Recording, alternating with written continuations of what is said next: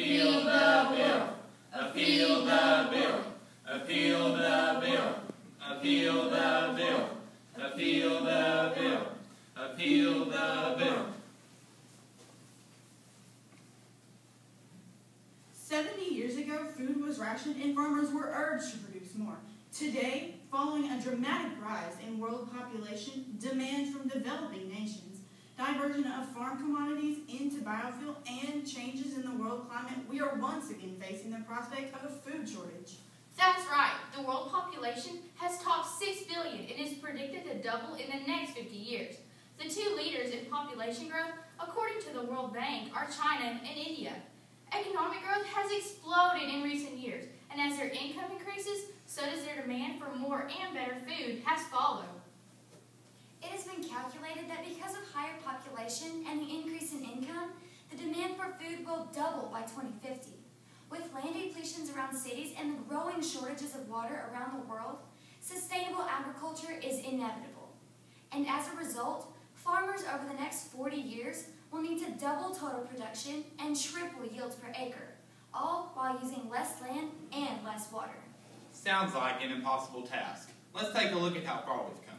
In 1930, one farmer could feed 10 people. But with advancements in science, by 1990, that same farmer could feed 130 people. Biotechnology has opened a world of possibilities in production and created a light at the end of the tunnel. In the late 80s, scientists discovered how to transfer pieces of genetic information from one organism to another, allowing the expression of a desired trait. This is called genetic engineering.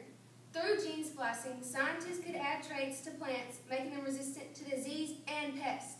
As a result, less pesticides and herbicides were used, and we lowered the cost of food production.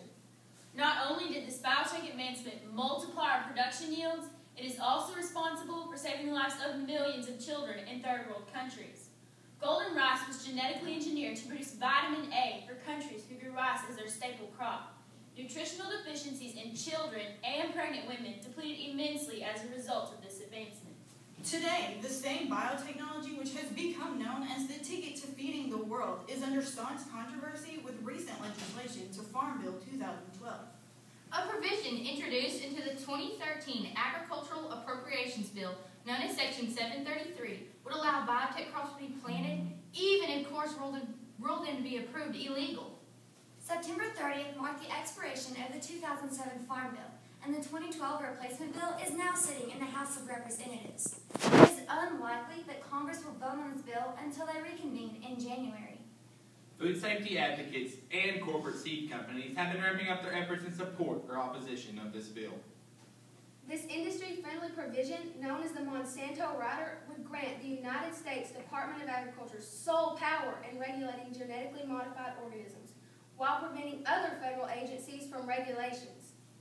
This bill would prevent the USDA from accepting outside money for further study and shorten the deadline for approval to 1 year. The goal of this bill is to cut the approval time for GMO crops and speed implementation into the global food supply. So what's the big deal with this new bill? Are we failing to yield and falling short of feeding the world? From seed to supermarket, is corporate taking over our food supply? Are we going against the grain and producing lush fields for biotech companies? Should there be a growing wave of concern? Have they become GMO giants or guardians? Good morning. We are the Sulphur Springs FFA Agricultural Issues team, here to debate the pros and cons of the Agricultural Appropriations Bill Sector 733. We will begin by hearing arguments for those in support of the Monsanto Rider bill. Pro point number 1, speeding the approval of GMOs will allow us to end the food shortage crisis. We support the bill because GMOs are designed to boost production, improve a crop's ability to survive in a certain condition, increase their resistance to pests and diseases, while also providing nutritional qualities. Did you know that 70% of corn products and 93% of soy products found on your local grocery shelves today are genetically modified organisms? GMOs are designed to allow us to feed more people on less land while using less pesticides and herbicides. Speeding the approval of GMOs will allow us to send new technology into the industry, thus eliminating the food shortage crisis problem that lies just around the corner. Pro point number 2, the system is in need of reform. We support this bill because deregulation takes years, which we don't have. Introducing a new GMO into the industry is a very slow process. New biotech feeds require a plant pest risk assessment along with years of trial flight testing. It currently costs biotech companies $20 million and an average of 8 to 10 years before seed sales can begin. Time is of the essence and reform is imperative. This bill will speed approval of GM crops and decrease downtime currently experienced in deregulation. By facilitating GMOs into the industry, new tools and innovations will now be available to end world hunger. Pro point number 3, court costs are spiking food costs.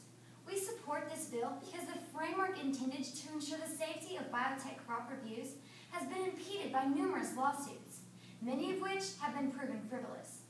These challenges have strained the limited resources in government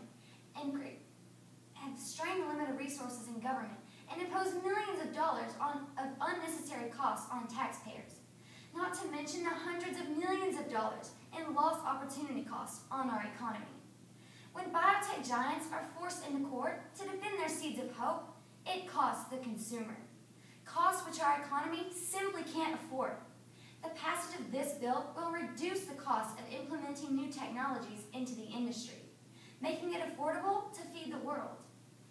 In summary, we support the bill because it will allow us to speed approval of highly demanded seeds, reform our regulation systems, and lower our food costs. Those in opposition of the Monsanto Rider bill will taint our food supply and economy beyond repair. We will now hear from those who oppose the Monsanto Rider. Con point number 1. Unregulated GMOs can cause harm. We oppose the bill because hidden inside are provisions that could drastically alter the quality and safety of the food we eat. The biotech industry has used its financial and political influence to insert a provision that would give companies free rein to plant, harvest, and sell GMO crops. And that's not all. The provision bans EPA or APHIS from environmental impact studies. If crops are found harmful, the USDA is forced to allow continued planting with no legal consequences.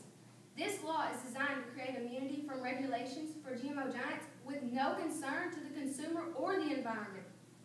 Con point number 2. Lifting regulations will kill the economy. We oppose the bill because many countries have expressed reluctance to accept GM food and feed grains. Flooding our food market with an unregulated GMO will cripple our exports and create a nightmare for organic producers. Critics of the bill are concerned that the biotech rider is driven by monetary interests of GMO giants. We feel that the bill allows companies to monopolize agriculture and threatens rural sustainability. Patenting biotechnology forces producers to buy licensed seed each year as opposed to sowing the previous year's harvest. Producers feel the increased yields do not offset the higher cost of operating under biotech guidelines. Sounds to me like biotech companies are reaping their rewards, leaving our economy low-yielding. Con point number 3. Unregulated GMOs creates untamable species. We oppose this bill because it threatens our food security. The use of GMOs began 2 decades ago. Since then, the use of these weed-resistant crops has led to the emergence of hundreds of superweeds that now afflict more than 12 million U.S. acres. These weeds can grow up to 6 feet, sharply reducing our yields. The biotech industry claims that GMOs use far less chemicals, saving the farmer and protecting the environment. Since the emergence of these weeds, the biotech giants simply say, apply more herbicide. Matter of fact, they're currently pushing for the formerly used Agent Orange as a solution to the weed problem. Tell me, supporters, how this proposal will save the world. In conclusion, we oppose the Monsanto Rider bill for the following reasons. This bill will cause harm to humans and animals, destroy economy and exports, and create more uncontrollable species. The controversy over the 2013 Agricultural Appropriations Bill continues. America, we must ask ourselves, are biotech giants the cause or cure for feeding the growing population? From seed to supermarket, many important decisions face consumers in terms of genetically modified food. We, the Sulphur Springs FFA, urge you to voice your opinion in opposition or support of the upcoming bill. Thank you. We are now open for questions. Okay. Tell me how. Do you have enough room to step forward? Tell me how this bill, if passed, would affect our exports and our economy. 90% of all exports with the EU have actually ceased because they don't approve of GMOs, and the approval of this bill would inevitably cut off all resources from the European Union. It takes on average 2.5 years to approve a GMO there, while it takes on average here 15 months. So if the bill does pass, the new speed of GMOs coming into the food market is going to cripple our exports, and it's going to have a very negative trend in our economy. There are many countries now that are developing at a rapid rate, and many third world countries are slowly developing. The population is growing. This bill would allow this GMO technology to feed these countries. Okay, stop. I think I heard one statistic out of Hunter. Let's try that again, but let's use, instead of many third world countries developing, let's use some numbers. Taylor, I know you know some numbers. That was part of your research. Was my answer good? Yeah, it rambled a little bit. Just get to the point and then step back. There's plenty of you that should have been stepping forward. I don't think I saw anybody step forward. Hunter stepped forward and just went to answering, but y'all need to remember we talked about step forward and then step back. Okay, let's try this one. If this bill passes, what damaging effects is it going to do to the health system? That's much better, but be confident, not shift, just kind of step. Okay, try it again, back up.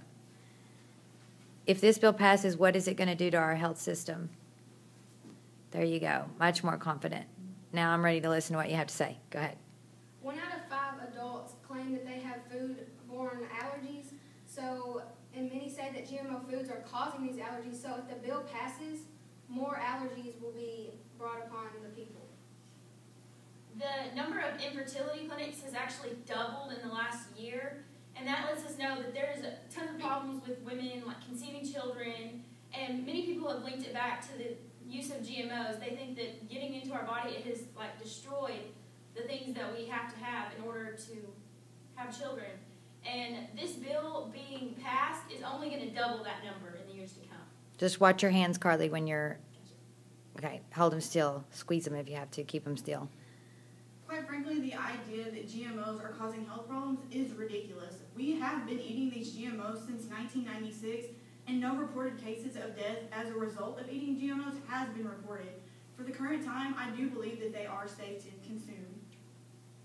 Monsanto is conducting many research studies on animals. They haven't done any on humans yet. But there is no, like Sarah said, there's no cases that have reported severe injuries or death from GMOs. And just like what my other teammates have said, we've been eating and consuming this food since 1996. I think that if there were any deaths reported, we would already know about it. And as the cons say, that GMOs are linked to causing infertility, allergies, I think they need to look at the whole picture. There's so many more variables that can come into play. So until they can get their research right, then that's when they can kind of come at us for GMOs being the source of the problem. Okay, be careful. Don't get too sassy. And you're right. You must incorporate that part about so many variables. Okay, tell me about any type of lawsuits that have already currently been brought about. Hasn't Monsanto learned their lesson yet?